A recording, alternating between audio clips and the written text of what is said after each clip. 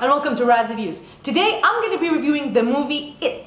Welcome to the Losers Club. The movie It follows a group of outcast kids who live in the town of Derry, and they are facing off an evil entity represented by the iconic clown Pennywise. It's an adaptation of the 1986 novel It by Stephen King and one of my personal favorites, and it's also sort of a remake of the original miniseries that was out in the 90s that starred Tim Curry in the iconic role. This clown is pretty much responsible for a lot of people's fears of clowns. I don't personally have that fear because I read the book when I was in high school and I only saw the film as an adult, not as a kid, so it didn't really affect me much. And I was a fan of the original miniseries, especially the first half, but I definitely preferred the book, and I think the book was so dark and so twisted and I loved it when I was in school, and I didn't think that the original miniseries was as good of an adaptation as I would have liked it to be. This movie is a great adaptation. I enjoyed it very much, and I actually prefer it to the original miniseries for many reasons and some changes in the storytelling and the story structure. I came out of this movie thinking it was pretty good. However, over time, I started liking it more and more, and now I think it's probably going to be one of my favorite horror films of the year. It had some flaws, but there were also a lot of nice things about it. So let's start talking about the top 3 things that I liked about it. Number 3, the story.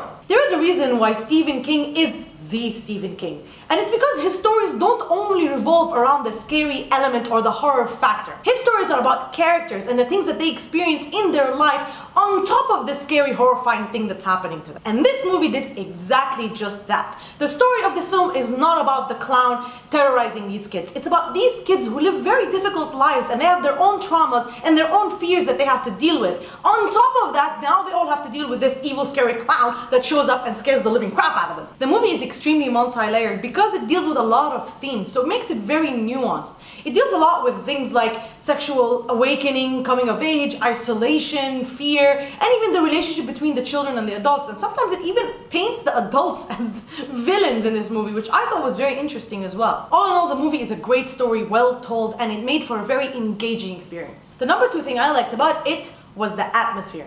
This film has a very distinct tone and feel to it. It doesn't feel like just a horror film or just a coming-of-age film. It's kind of a combination of both, and it's very, very similar to Stranger Things, except a little bit more extreme. It felt like a classic movie. It had this innocence of the children and a little bit of humor as well that worked very well. The film was set in the 80s and it looked like it was, and it felt like a film that came out of that era. It was shot beautifully and the soundtrack was incredible, and all these things attributed to such a great mood that stayed with me throughout the film and even after the film. The number 1 thing I liked about it was the casting. This film has an incredible cast of characters played by amazingly talented actors. This movie, like any movie with an iconic villain or a monster, needs to get that character right. Godzilla needs to get Godzilla right, Jurassic Park needs to get the dinosaurs right, and it needs to get Pennywise right. And this film got him right, and I really enjoyed this interpretation of it personally. Pennywise the dancing clown is creepy, menacing, intriguing, and absolutely magnetic on screen. The actor, who's Bill Skarsgård, who by the way is this guy's son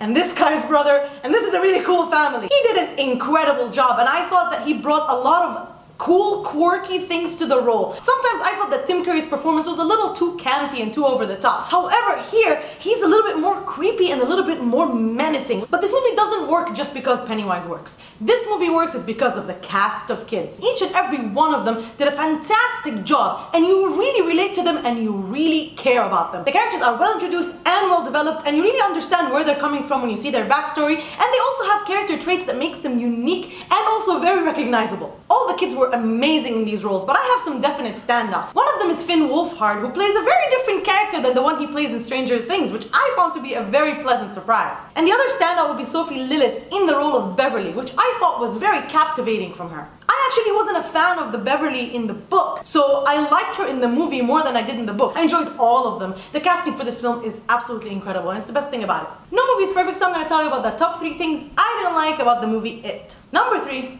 the fear factor. Whenever I watch a horror movie, I always judge 2 things: the story and the fear factor. Did this movie actually scare me? And to be quite honest, during the film, I didn't think it was as scary as I would have liked it to be. Now granted, I was much younger when I read the book, and even when I saw the original film, and for many people, we were young and we haven't seen a lot of things. But by now, we've seen a lot of scary things. Like for example, if I were to compare it to The Shining, which is another Stephen King novel adaptation, The Shining is definitely scarier than this movie. When I look at Pennywise, I didn't feel that scared. But I found him very interesting and cool and creepy. It didn't hurt the movie overall because it wasn't about being afraid. It was about the concept of fear for these characters themselves. I did appreciate, however, the fact that it did not rely on jump scares too much, as all modern horror movies tend to do.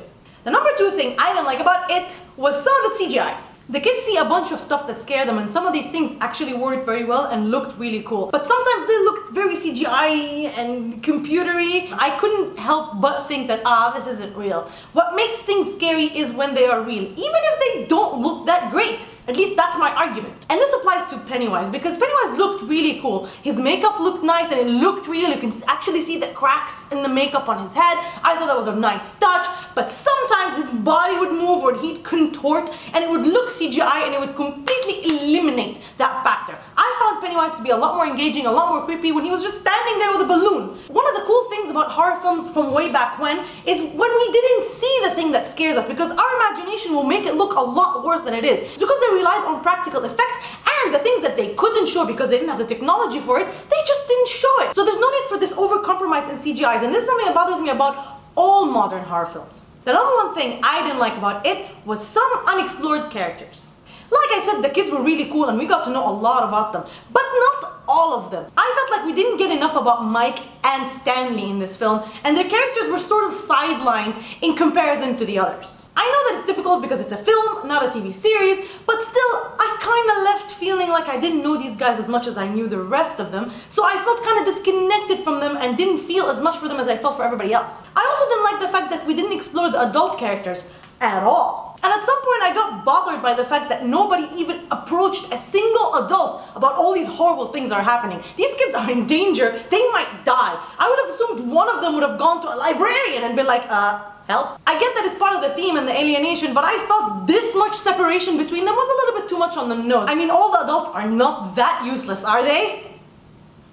All in all, this movie exceeded my expectations. I really enjoyed it. I thought it was a great film, a great adaptation. If you like Stephen King novels, if you like it, if you like Stranger Things, you're gonna love it. And I'm definitely gonna see it again, and I would recommend a lot of people see it as well. And I'm gonna give this film an 8.5 out of 10. So, have you seen it? Have you read the original book? Let me know in the comment section what you thought of it, and also let me know what your greatest fear is. My greatest fear is bugs. And as always, please like, share, and subscribe, and don't forget to tell me what you'd like me to review for you next. See ya!